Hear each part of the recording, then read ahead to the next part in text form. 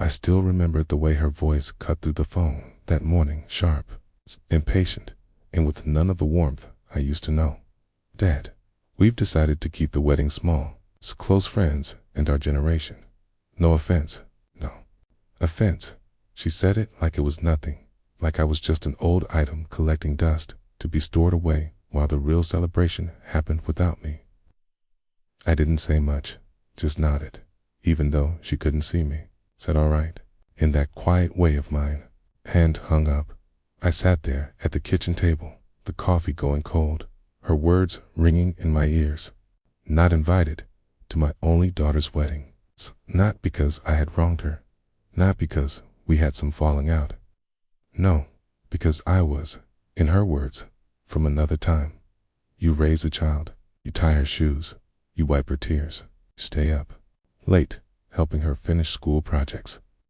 You work weekends to pay for college, and then one day she's on the other end of the phone, telling you you're not even wanted at the most important day of her life. I didn't get angry. That's not who I am. But something in me grew quiet, heavy. There was a silence in the house that day, not just the absence of noise, the kind of silence that comes when something inside you shifts. When you realize you've been replaced by something shinier, more presentable. I walked out to the porch, sat in my old rocking chair, and looked out across the yard. It was early spring, and the dogwoods were starting to bloom. Funny how nature keeps on moving, even when your own heart feels stuck. That day didn't break me, no, but it opened a door I had kept shut for years, a door marked truth. And behind that door was something they never saw coming, something that would turn her wedding day into a courtroom surprise no one in that church could forget. There was a time, it's not that long ago really, when Emily used to run barefoot through the hallway, giggling, calling out, "Daddy, look," at every crayon drawing and crooked Lego tower she made. She was always a bright one. Curious, too. She'd sit on my lap while I read the Bible aloud in the evenings, asking questions about Noah's Ark, why Jesus forgave people who hurt him. I'd smile, stroke her hair, and say, because that's what love does, sweetheart. It forgives. Those were the days my world felt whole. Me, her, and Margaret, my late wife, a little house, a lot of prayer, and just enough money to get by. We didn't have much, but we had each other. I remember once, on a cold December night, Emily couldn't sleep because the roof was leaking over her bed. I patched it up with nothing but a tarp, some duct tape, and a whole lot of prayer. She looked up at me with those big blue eyes and said, "You always fix everything, Daddy." I guess that stuck with me. It's that deep down need to protect her, to fix things. Even now, after Margaret passed away, well, things started to shift. Emily grew up faster than I was ready for. College, then her first apartment, then the city. Phone calls turned into texts, and eventually, even those slowed to a trickle. Still, every time she did call, I'd answer on the first ring. I never missed a birthday, not even once. I even helped with the down payment for her first car, quietly, through the dealership so she wouldn't feel guilty. But over the years, I could feel the distance stretching like an old rubber band, getting thinner and tighter. She had her own life now, and I had memories. The last time we really talked, was nearly a year ago. She told me about this new guy, Eric, a finance man, clean-cut, confident, the type that knew how to shake hands and look you square in the eye. But I didn't trust his smile. It was too perfect. Still, I didn't say much. I'd learned long ago that you can't protect your children from every storm. Sometimes you just wait on the porch and pray they find their way back home. I just never imagined she'd shut the door before I could even walk her down the aisle. But I knew something she didn't. A quiet fact tucked away in a bank vault, sealed behind ink, signatures, and choices I made long ago. She didn't want me at the wedding. Fine, but the wedding wasn't the end of the story. It was just the start. Looking back now, I can see the moments, the little ones that should have told me something was changing. But at the time, I brushed them off. That's what love does, I guess. Gives the benefit of the doubt, even when the truth is whispering loud. The first was a phone call. Emily had called to tell me about the engagement. I remember the tremble in her voice. Not joy, not exactly. More like hesitation, covered in excitement. Scu said, "Dad, I think I'm getting married." Not I said yes, not he proposed. Just, I think. I asked her how Eric had asked, and she paused before giving some vague story about a rooftop and a glass of wine. That wasn't like my cleaning. She used to light up telling me how the neighbor's cat sneezed, but I didn't press. Then she stopped visiting altogether. Said she was busy, said Eric's schedule was packed. She still answered my texts, sure, but always short. Okay, never with those little heart emojis she used to send me. I told myself, she's just growing up, that's all. Then there was Christmas. I'd bought her a necklace with her mother's birthstone, something I had custom-made months in advance. She didn't come by. Didn't even open the package until New Year's Eve. Said it got lost in the pile. But what hit hardest wasn't the necklace. It was the card I'd written, the one with a photo of her as a baby tucked inside. No mention of it, not a word. And then there was the dinner. She came by once in spring. Just her. No, Eric, I cooked. Her favorite beef stew the way her mom used to make it. She picked at it, barely touched her plate. She kept glancing at her phone. Said she had an early meeting the next morning. When she left, I walked her to her car. I reached in to hug her. She flinched just a little. That one movement nearly broke me. I stood in the driveway long after her taillights faded into the night. The signs were there. Every missed call, every polite, distant smile. Every time. She looked past me, but I kept hoping I was wrong. That maybe, just maybe, she'd come around. After all, I was her father, and nothing could ever change that. Right, it's a strange thing, how silence becomes louder than words. At first, it was just longer gaps between our talks, a few missed calls, a late reply here and there. I told myself she was just caught up in life, her job, her new place, planning a wedding. I didn't want to be the clingy old dad, always calling, always asking. So I waited, gave her space, but space kept stretching. Okay. And eventually, it felt like a canyon. She stopped sharing things with me. I found out about her bridal shower from a neighbor, not from her. The photos were already on Facebook. Melise, surrounded by friends I didn't recognize. Laughing with a sparkle in her eye I hadn't seen in a while. No mention of me. Not even a tag. I tried not to let it sting, but it did. When I asked her how it went, she said, it was cute. Kinda small. That was it. She used to tell me everything, you know? Every dress fitting, every Pinterest board, every silly dream about walking barefoot on a beach to say her vows. But now, even asking felt like an intrusion. Like I was stepping into a world I no longer belonged in. Then came the cake tasting. I offered to come. I thought we'd make a day of it, like we used to do when she was little, and I'd take her for ice cream and let her sample every flavor just for fun, she said. Eric's mom is handling that, like I had no place in it. That hit harder than I expected. I sat in my recliner that night, holding her baby book, flipping through pages of old birthdays and crayon drawings, wondering when I became a guest star in my own daughter's life. But the worst of it came the day I ran into Eric at the hardware store. He barely made eye contact, shook my hand like he was greeting a stranger. I asked how the planning was going, and he smiled politely and said, "Everything's coming together. Emily wants it to be perfect. Teen." Then he added offhand, like it meant nothing, "We're trying to keep it intimate. It's really close family and friends, you know?" I stood there, holding a box of nails. Realizing I might not be considered really close anymore, I watched him walk away, clean-cut, confident. A man who had slowly taken my daughter and placed me on a shelf like an old photograph kept around, but no longer part of the room, and the silence kept growing. So I sat in it, alone, waiting for her to remember who I was.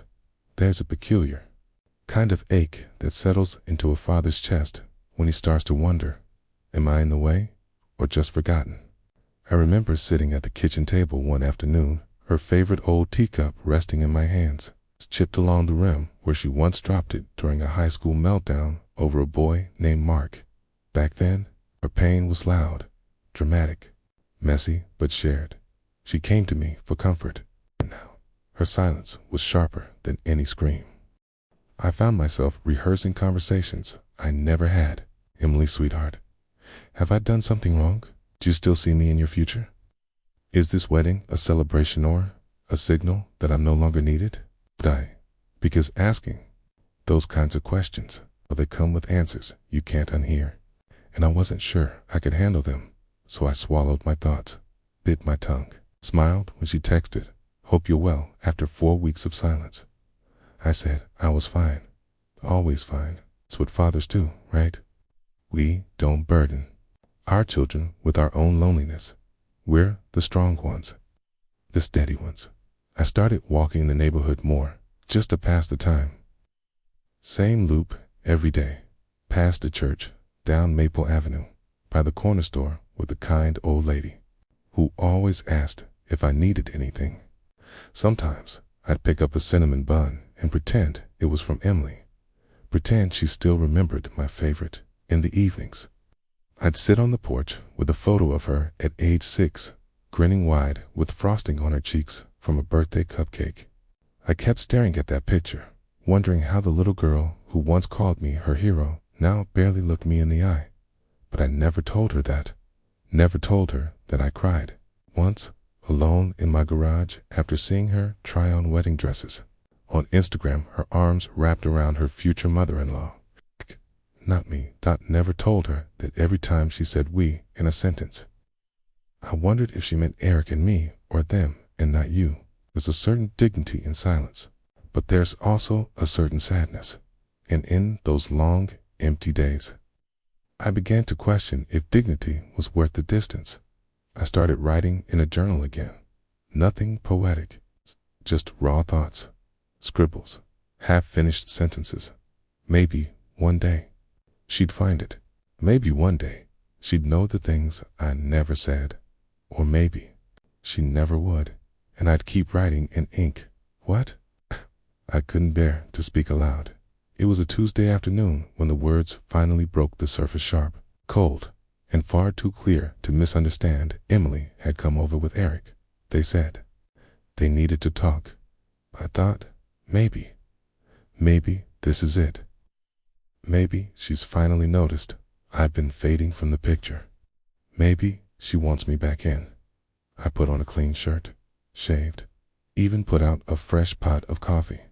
I wanted to look like the dad she used to brag about, the one who built her swing set, who stood in the rain for every school play, never missed a dentist appointment. They didn't even take off their coats. She stood by the door, arms crossed. Eric kept pacing like he had somewhere better to be, and she just said it. "Dad, we've decided to keep the wedding small, just close friends and Eric's family." I blinked. Then she added, like it was nothing, "We're not inviting extended family. Or, well, you either. It's just complicated." That word, complicated. Like I was some puzzle piece that no longer fit in the picture. Like love could expire. Like I was a piece of a past she'd outgrown. I felt the blood rush from my face. My ears burned, but my hands stayed still in my lap. I looked at her, really looked at her, and I couldn't find the little girl anymore. Eric had the nerve to chime in. "It's nothing personal, Thomas. We just want a new start. Fresh energy. New start. Fresh energy," as if I was stale bread. Didn't yell, didn't beg. I just nodded, slow and quiet. "Okay," I said. My voice cracked on that word. I felt it. They didn't. She gave a forced smile, one that didn't touch her eyes, and turned to leave. That was it. No hug, no pause, just the sound of the door closing too gently for the damage it left behind. I sat there for hours. Afterward, didn't move, didn't cry, just stared at the 2 mugs of untouched coffee cooling on the counter. She didn't even take the cup I offered. That's when I knew it wasn't about the wedding. It wasn't about the guest list. It was about me no longer being necessary. I whispered aloud just to the empty room. I guess this is the part where I disappear. But a voice inside me, quiet but firm, said no, not yet. Something shifted in me that day. Crack of resolve. If I couldn't be there for the wedding, maybe there were other ways to be remembered, ways they hadn't seen coming. After that day, I stopped calling. No more voicemails, no more check-ins, no more little texts like "hope wedding plans are going well" or "saw your favorite pie at the store." I'd been trying to hold on to a thread that had already been cut. The silence wasn't out of anger. It was out of self-preservation. I had to stop reopening the wound every time she didn't respond. Every time I watched her life move forward without a glance back at the man who raised her. So I pulled back, slowly, quietly, respectfully, like a man leaving a church after the sermon's over. I stopped bringing up the wedding when neighbors asked. Just told them, I'm sure she's got it all figured out. And smiled like it didn't burn in my chest to say it. There was something strange about the silence. At first, it felt like abandonment. Then it started to feel like peace. I had space to think. And remember, not the big things, the little ones. Her sock puppets on Sunday mornings. Her singing along with the radio off key, the way she used to call me Dad the Great when I fixed her bike. Those memories clung to me like warm sunlight through the window. But even sunlight fades by evening. I'd go to bed most nights with the TV playing soft reruns, just to hear voices in the house again. I stopped cooking full meals. A soup became the easiest thing to make for one. A week passed, then 2, a tea, then, for no calls, no visit, not even a forwarded wedding invitation. It was like I'd been erased, and yet, I never said a word to her about how it made me feel. Never lashed out or questioned her decision. I wasn't raised that way, Todd. That love, true love, doesn't need to shout to be known. It waits, quietly, but waiting doesn't mean forgetting. One afternoon, I pulled out the old safe box from the back of the closet, blew the dust off it. Inside were documents no one had seen in years, wills, property deeds, my military service, record, K's, things that told the story of my life in quiet black and white. I sat there on the floor for a long time, going through it all, and a question formed, slow and steady, if they no longer wanted a place for me in their lives. ... Why was I leaving everything to them? I closed the box, locked it, and that night, for the first time in months, slept without the TV on, because something was beginning. Not revenge, but clarity. About 3 weeks after I'd pulled back for good, I got a knock on the door. I wasn't expecting. It was Martha, my neighbor from 2 houses down, a widow, sharp as a tack, and the kind of woman who always carried a pie in one hand and a question in the other. She smiled gently, holding out a plate of banana bread. You've been awfully quiet lately, Tom. I managed a smile, just taking it easy. She didn't buy it, not for a second. Martha had known me and Linda since we moved into the neighborhood almost 35 years ago. She'd seen Emily grow from a ponytail-wearing schoolgirl into the woman she is now. We sat on the porch with 2 mugs of coffee and that warm banana bread between us. The air had that late summer stillness, like even the birds were listening in. You still going to the wedding? She asked, cutting straight through the silence, like only an old friend. Could I look down at my cup? She said. I wasn't invited. Martha's lips pressed into a thin, hard line. She didn't ask why, Didn't need to. Instead, she asked something else. Something I hadn't expected. Did she forget who held her hand the day her mother died? Okay, that one hit me square in the chest. I didn't answer. Martha went on, her voice quiet but steady. Tom, that girl worshipped you when she was little. I remember the father-daughter dances, the handmade cards she used to leave in your mailbox. That kind of love doesn't vanish. Not really. Something happened. And I don't know what it was, but it wasn't you. I just shook my head. I'm not angry, Martha. I'm tired. She reached across and touched my hand. Her grip was warm, comforting, familiar in a way I hadn't felt in a long while. You've given your whole life to her. That doesn't vanish just because she's confused or being pushed. I looked at her, surprised. You think someone's putting ideas in her head? She didn't answer directly, but she raised an eyebrow and gave a small nod toward the street. That fiancé of hers, he doesn't look me in the eye. Says enough. I had noticed it too. A few times I'd met Brian, he always seemed transactional, like he was collecting something, not building a life. And his smiles never quite reached his eyes. You don't have to fight, Tom, Martha said, finishing her coffee. But don't let them write you out of your own story. That line stuck with me. It echoed around my heart all night. Don't let them write you out of your own story. I'd been silent out of dignity, but maybe now it was time to start writing again, with my own pen, with my own rules, and maybe, just maybe, with a different ending than they were expecting. After Martha left that day, something shifted inside me. It wasn't anger, no. I'd had enough of that. It was quieter than that, more certain, okay?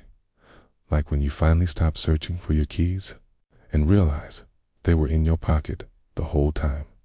That night, I went up to the attic. I hadn't been up there in years, not since Linda passed. The place smelled like old books, wood, and time, and in the far corner, under a quilt she had made our second Christmas together, was a small, fireproof box. I unlocked it with a key I still kept on a string around my neck. Inside were the paper's deeds, count summaries, and a copy of the trust Linda and I had signed when Emily was just 8 years old. Tana, it was all still there, just like we left it. The truth was, everything Emily thought she owned, her condo, her car, even the startup money for Brian's app idea, had all come from me, quietly, through trusts and proxies, because I didn't want her to feel indebted. I wanted her to feel secure. Linda and I had agreed that we wouldn't spoil her, but we also didn't want her to struggle the way we had. So we built a quiet safety net beneath her feet, never mentioning that it came from her parents. Even now, she didn't know that the wedding venue, the down payment, the catering deposit were all covered under her name from a dormant account I'd filled 10 years ago. She probably assumed Brian had done it, but he hadn't. He never had much to offer except charm and timing, and maybe that was enough for some people. But I saw through him early. I just didn't want to make Emily feel like I didn't trust her judgment. Turns out, maybe I should have. I sat back and looked through the rest of the documents. Then I found Linda's will, her real one, the one we never told Emily about. Linda had left a letter written in her soft, looping cursive. Tom, if you're reading this, then you've had to face something hard. I want you to know it's okay to change the plan if the people change. Don't be afraid to protect what we built. Use your voice if you have to. I held that letter like it was her hand, and in that moment, I knew what I had to do. This wasn't just about being uninvited to a wedding. It was about being erased, quietly, over time, and wasn't going to let that happen. Not because I needed revenge. No, I was too old for that. But because my wife trusted me to stand up when it mattered, even if I had to do it alone, even if my own daughter was the one turning away. The next morning, I put on the same brown cardigan Linda had knitted me years A good still smelled faintly of cedar, and sat down at the kitchen table with a yellow legal pad and my reading glasses. I didn't need a lawyer yet. Not for what I was planning. This part was personal. I started writing down names, account numbers, gold trust, details, everything Linda and I had created for Emily. Every penny I'd funneled into her future from behind the curtain. And then I drew a line across the page. Beneath it, I started something new. I made a second column titled, After the Wedding, because I knew what was coming. The invitations were already sent. The venue paid. The family gossip humming along. They thought they didn't need me anymore, and in some ways, they were right. I wasn't much for dancing, couldn't hear well, with all the clatter at receptions. I probably would have stayed quiet in the corner with a cup of decaf, but being unwanted, that left a mark deeper than any absence ever could. So I called Daniel Miller, my old attorney and a man of quiet loyalty. He was more than a lawyer, really. He'd known Linda and me since we bought our first house. He officiated my retirement party. He'd watched Emily grow up. When I called, he didn't ask why I needed him. Just said, "Tom, I'll be by around 2. He brought with him a briefcase full of potential. I poured him some of the instant coffee he always pretended to enjoy, and we spread the papers out across the dining table. "Are you sure about this?" he asked after an hour of going through the revisions I'd scrawled out. I nodded, slowly. "Emily's still your daughter?" "She is," I said, quietly, folding Linda's old letter and slipping it back into my pocket. "But I'm not sure I'm still her father in the way that counts." He didn't argue with me, because the kindest people usually don't. He just got to work. We rewrote the trust, redirecting the remainder to a scholarship fund under Linda's name for children in foster care. Linda had always wanted to adopt, but after the miscarriage, she never found the courage to try again. This would be her second chance, in a way. Then we updated the will, made the charitable changes clear, and added one small clause that the full contents would be read aloud by Daniel at the wedding if I had passed, or if I was absent. I didn't tell Emily, didn't threaten, didn't beg for a seat at her table. Instead, I set the table where she'd have to listen one way or another, and then I waited. Sometimes justice doesn't come with thunder. Sometimes it comes with paper and ink. The days ticked by with a strange, steady ache. I didn't hear from Emily, not a text, not a voicemail. The silence was louder than any argument we could have had. I kept telling myself, maybe she was just busy with wedding plans. Maybe she'd come around. But then came that afternoon. It was Margaret, the neighbor, 2 doors down, who first told me. She's a sweet lady, always trimming her hedges while listening to the town gossip like it's gospel. She walked over with her lemon bars and that sympathetic look people give you when they know something before you do. "I saw Emily's registry online," she said, placing the bars on my porch table. "Lots of things, ... but no mention of you, Tom, not even in the family seating chart." I nodded slowly, like I already knew. But I didn't. Not really. I had hoped foolishly that Emily would still want me there, even if it was in the back row, even if she handed me an aisle seat and nothing more. But Margaret wasn't done. I also heard Kevin's folks paid for the venue, completely. She added, lowering her voice. Kevin's folks, the Coopers, wealthy, proud, and just the right mix of fake smile, friendly, and ruthless.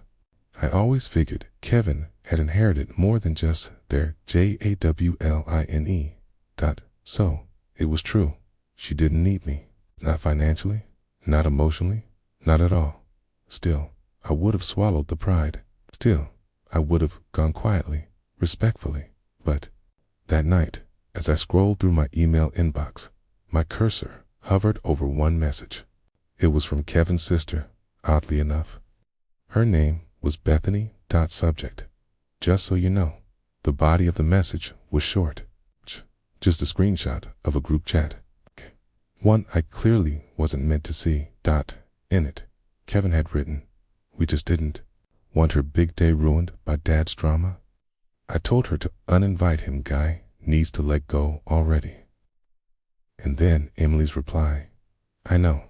I just didn't want to deal with his guilt trips. Acts like we owe him everything." Another line from Kevin, "Well, technically, you don't owe him anything anymore. You're not on his trust anymore, right?" I stared at the screen so long, the words blurred. She knew I'd changed the documents. Kevin knew too. They'd checked, and they'd laughed. They weren't grieving a loss. They were celebrating it. Like I was some obstacle, finally, removed from the path to a prettier future. And the worst part, they thought I wouldn't do anything. That I'd just sit in my quiet little house and fade away, like the outdated furniture they'd once offered to haul off. But I wasn't done. Not by a long shot. It was a cold morning. It's the kind that makes your knees feel their age. I sat by the window, with my coffee, the steam rising like smoke from an old campfire. I watched the sparrows hop along the railing, busy with nothing, just like me. But not for long. There's a certain stillness that comes before a man makes peace with what he's about to do. That morning, opened the drawer in my study where the old envelope sat. It's thick, yellowed paper. My will. I'd written it years ago, back when I thought love was a forever kind of thing. When I believed that raising a daughter meant you were raising a heart that would always remember yours. But hearts forget. Or maybe they choose to. I called my lawyer, Daniel, a good man. Younger, but kind. His father used to fish with me on the lake back when we were both boys. Daniel knew my story. He knew my ache.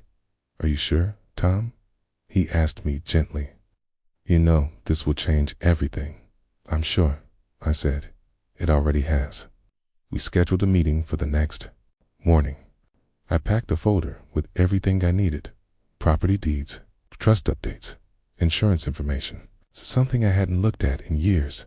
A letter I wrote to Emily on her 18th birthday. It was full of fatherly advice, love, warnings, and wishes. I had sealed it, never giving it to her. Something held me back. Maybe now I knew why.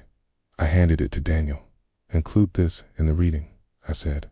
"Make sure she hears it." He nodded, his eyes soft but serious. "And the house, gone," I said. He blinked. "You're selling it?" I shook my head. "Donating it. There's a center downtown that helps veterans get back on their feet." I figured these old walls could hold a little more pain before they fall. And the bank account. I split it half to charity, half into a trust for Lily, my granddaughter.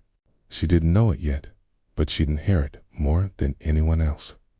She was innocent in all this, a child with kind eyes who once gave me a paper heart and told me I was her favorite person. I left Kevin and Emily out completely.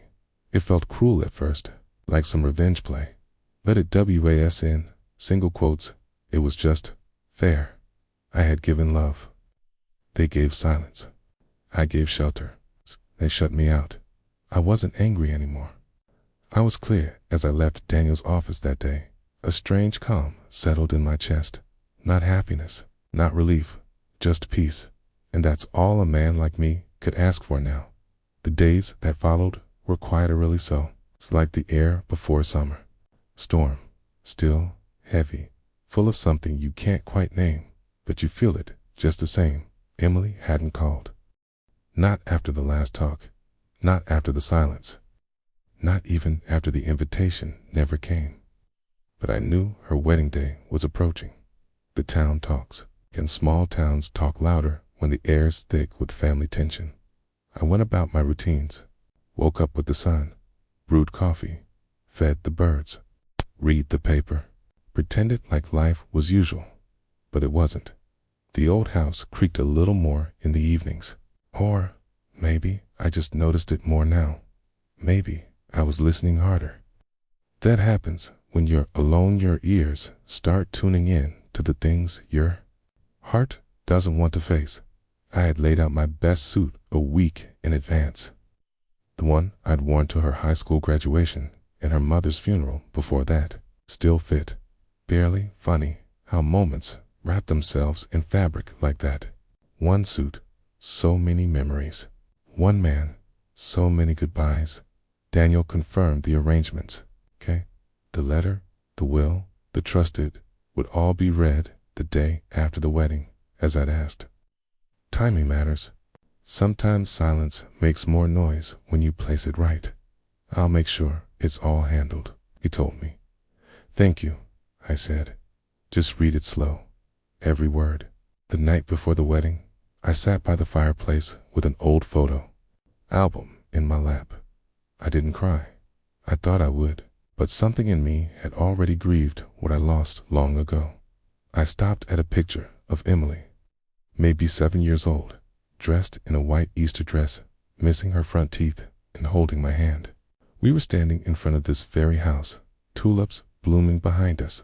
She had no idea back then who I really was, not just her father, but a man with fears, with flaws, with a heart that beat a little softer every time she smiled. I closed the album and whispered, God, just let her be okay, even if she hates me.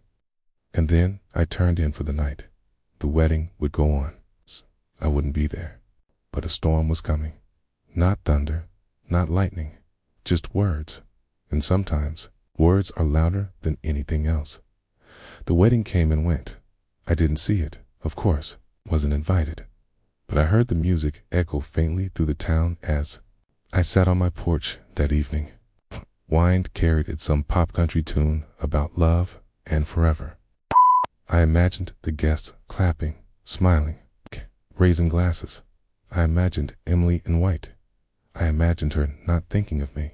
And still, I said a quiet prayer for her, that her marriage would last longer than mine did, that she'd find peace where I never quite could, that maybe, just maybe, she'd still remember the man who used to hold her hand across parking lots and patch up her scraped knees. But what? She didn't know what nobody knew was that the next morning would turn the tide. Daniel called me just past noon. His voice was calm, but there was something behind it. Spark. Something that said, it's done. She showed up, he said. My heart stopped at the reading. He nodded, even though I couldn't see it. Yes, her husband, and a few of your extended family, all ready to collect. Atish. Seeing the way they sat like vultures on a fence, I didn't say anything. I let him go on. I followed your wishes to the word. Read the first part, the usual formalities. Their faces were so smug. Then I got to the paragraph about the property. ... My grip on the phone tightened. I read the line about how the house and the land not go to any child who dishonored their father in public. I paused, just like you asked me to. Let the words hang there. He chuckled, a quiet, knowing sound. That's when she asked, what does that mean? And I said, it means you're not getting the house, Emily. I didn't smile. I didn't laugh. I just ... sat. What did she do? I finally asked. She looked like she'd been hit by a freight train. Said it was her birthright, that she deserved it, that you'd promised. Shook my head slowly. No, I never promised. I hoped. That's different. And then, Daniel continued. I handed her the second envelope. My breath caught. You gave her the letter. I did. I had spent hours writing it. Not to punish her, but to reach her, to let her know the cost of pride, the ache of absence, and the quiet power of love withheld. She read the first few lines, he said, then just ... walked out. I didn't know what to feel, but something had shifted. The storm had passed, and silence had done what words never could. 3 days passed after the will was read. I thought that might be the end of it. I figured she'd turn cold, cut ties completely, maybe even try to contest the will. But instead, she came. It was late afternoon. It's the kind of time where the sun casts long, golden shadows across the floorboards and everything feels a little softer. It's a little older. I was on the porch, same place I always sat, same chair, same mug of tea I never finished. Her car pulled up slowly, hesitantly, like it wasn't sure it belonged in my driveway anymore. She stepped out, Emily, still my daughter. Even now, she was wearing a denim jacket over what looked like a bridesmaid's dress, like she hadn't even bothered to change after whatever reception or event she'd come from. Her face looked tired, not angry, just older, worn. She stood at the edge of the porch steps for a moment, hands in her jacket pockets. Then finally, she spoke. "Why did you write that letter?" I didn't move. Let the silence sit for a bit. Then I said, softly, "Because you stopped being my daughter the moment I became an inconvenience." She winced, actually winced, like the words stung her. "I didn't mean to hurt you," she said. I nodded slowly. "That's the thing about hurting people. You rarely mean to, but you do it anyway." She sat down on the bottom step, not coming all the way up, like she wasn't sure if she was allowed. "I was angry," she said, "when you didn't support the wedding, when you questioned if David was the right man." "I never questioned him," I replied gently. "I questioned you. I saw how you changed around him, how you pulled away, how your voice got quieter when he was in the room."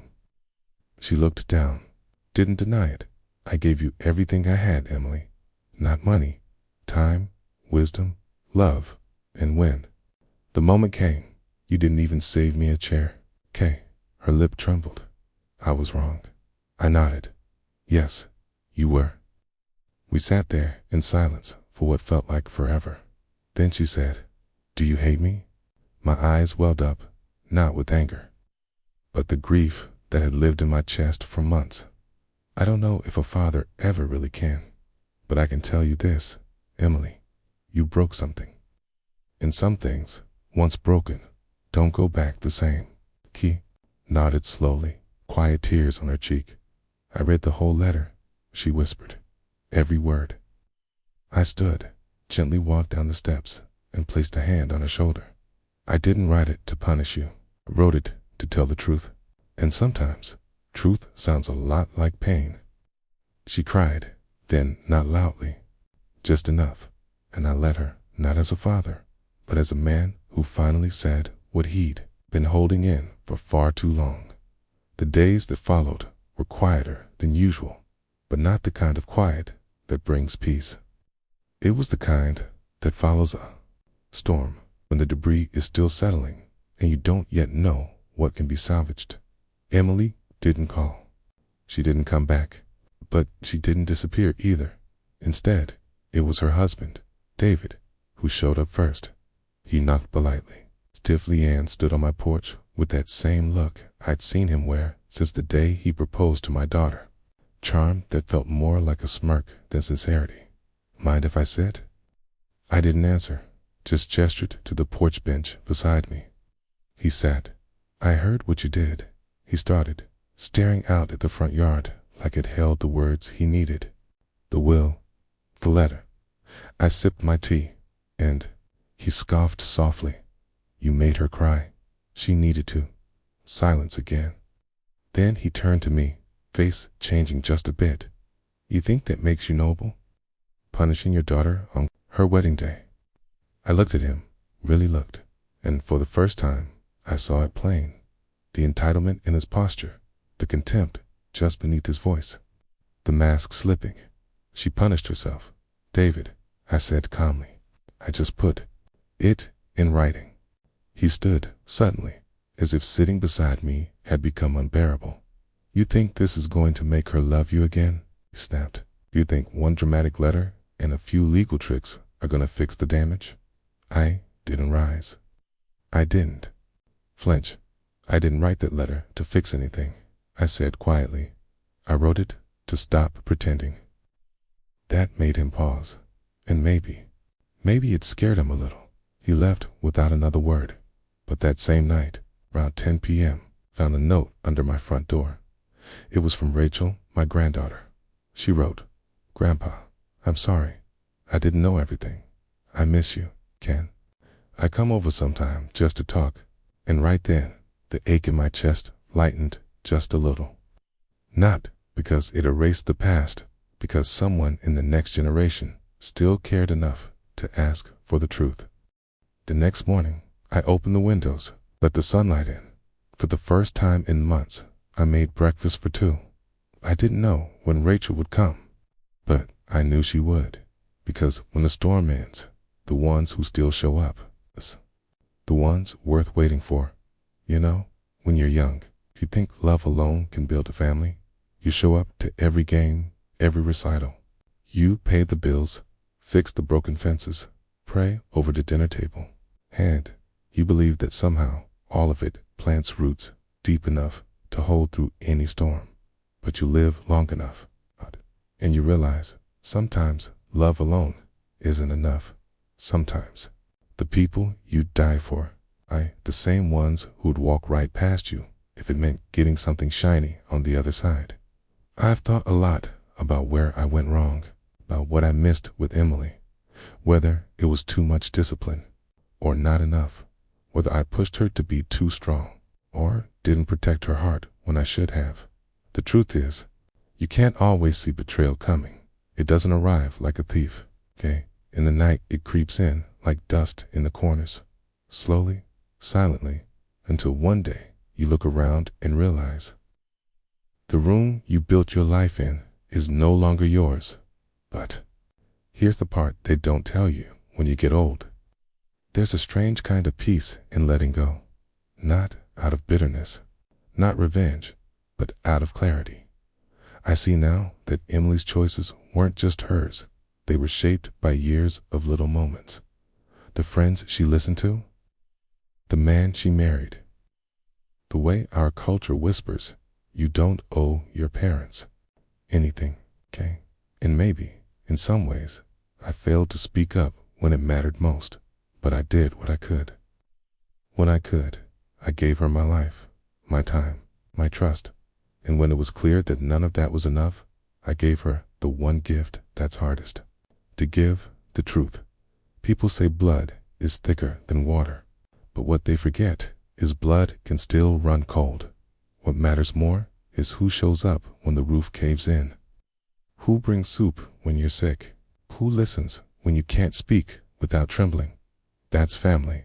It may not always be the ones you raise dots sometimes. It's the neighbor who calls on Christmas, the nurse who remembers your name, the granddaughter who writes you a note after midnight. That's what I've learned. And maybe, just maybe, that's enough.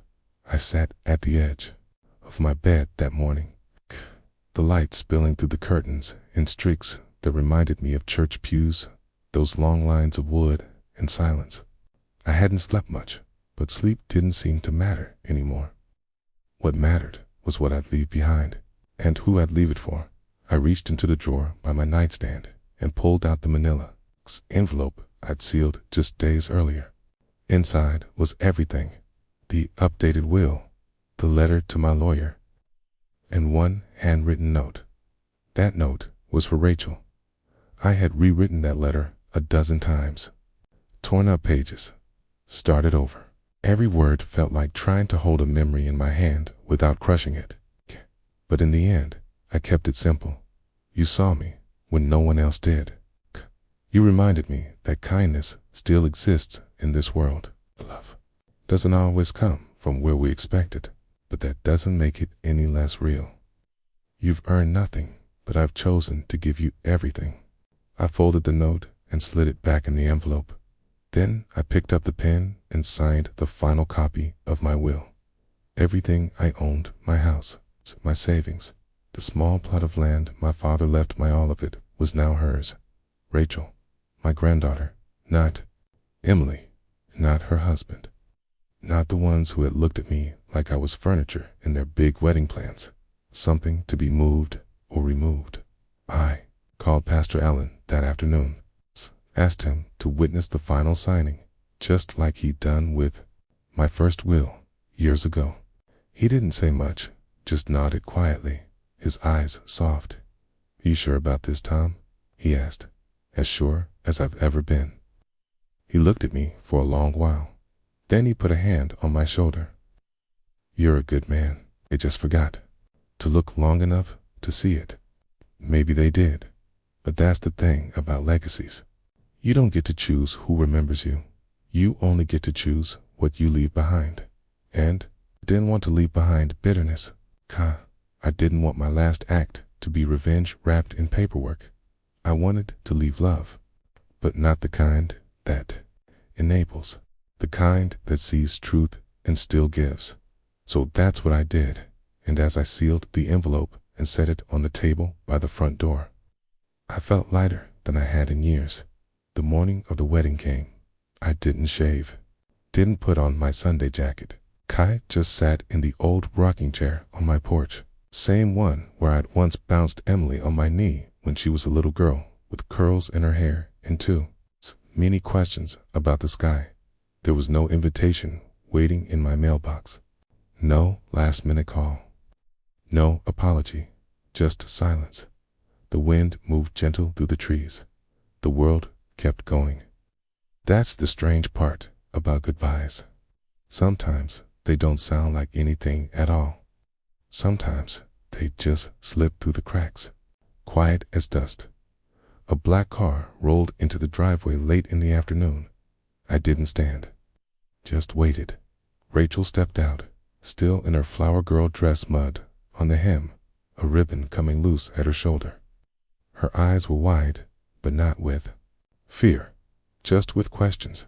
She walked up the steps and stood in front of me. "Grandpa," she said, almost in a whisper, "why didn't you come?" I looked at her and smiled. "'Cause I wasn't wanted there, sweetheart." She blinked, lips parting like she wanted to argue, but couldn't find the words. I reached beside the chair and handed her a small box. Inside was the music box her mother used to love, Millie's favorite as a child, the one she'd forgotten existed. Rachel opened the lid, and the song played soft, old, full of time. She didn't say anything for a while, just listened. I let her. "I didn't like the wedding," she finally muttered. "It didn't feel happy." I nodded. She looked at me again. "Will you still come to my wedding someday?" I reached over and gently took her hand. "If you want me there, I'll be in the front row." Okay. Her smile, then it broke something in me. A little crack of hope I hadn't felt in years. That night, I wrote one last note and sealed it in an envelope marked simply to be opened after my passing. Inside was a message meant for them all. No anger, no blame. It's truth. I never stopped loving you, not even when you stopped looking at me like I was your father. But I had to let go, because love, real love, doesn't force its way in. It stands at the door and waits. I left it on the mantel. Then I packed a small bag and locked the front door behind me. I didn't know where I'd go. To the lake house. Maybe to visit an old friend I hadn't seen in a while. But I knew one thing for certain. I wouldn't be staying where I wasn't seen. I stayed up that night, watching the stars. Funny how quiet the world gets when you stop chasing noise.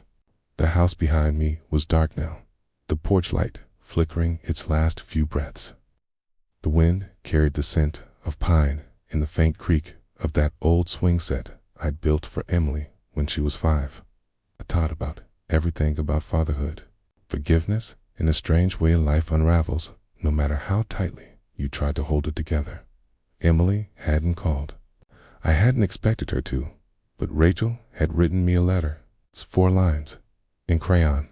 "I miss you, Grandpa. Still have your box. I played the song every night. I love you more than weddings." I cried over that letter more than I ever cried over the rest of it. I think that's the hardest part of getting old, realizing you raised your children for the world, but your grandchildren might still save your heart. The will had been executed. The trust set up for Rachel would grow with her. My attorney said the others weren't happy, but they understood. I didn't want revenge. That was never the point. I just wanted them to feel what it meant when love quietly leaves the room. I'm not angry anymore. Not at Emily, not at Kevin, not even at myself. We all break in different ways. Some from pride, some from silence, some from the soft ache of being forgotten by the very people we once carried in our arms. But I left something behind in that house besides furniture and photographs. I left a story. One I hope they'll read long after I'm gone. And as for me, well, I've got a little cabin up in the woods now, a fire that never goes out, a picture of Rachel on the mantle and my wife's Bible on the nightstand. I rock on the porch most days, listening to birds, writing in a journal no one may ever read. But that's okay. Some endings don't need applause. Just peace, just grace, just this. I was never invited to the wedding, but I finally found my seat at the table that mattered.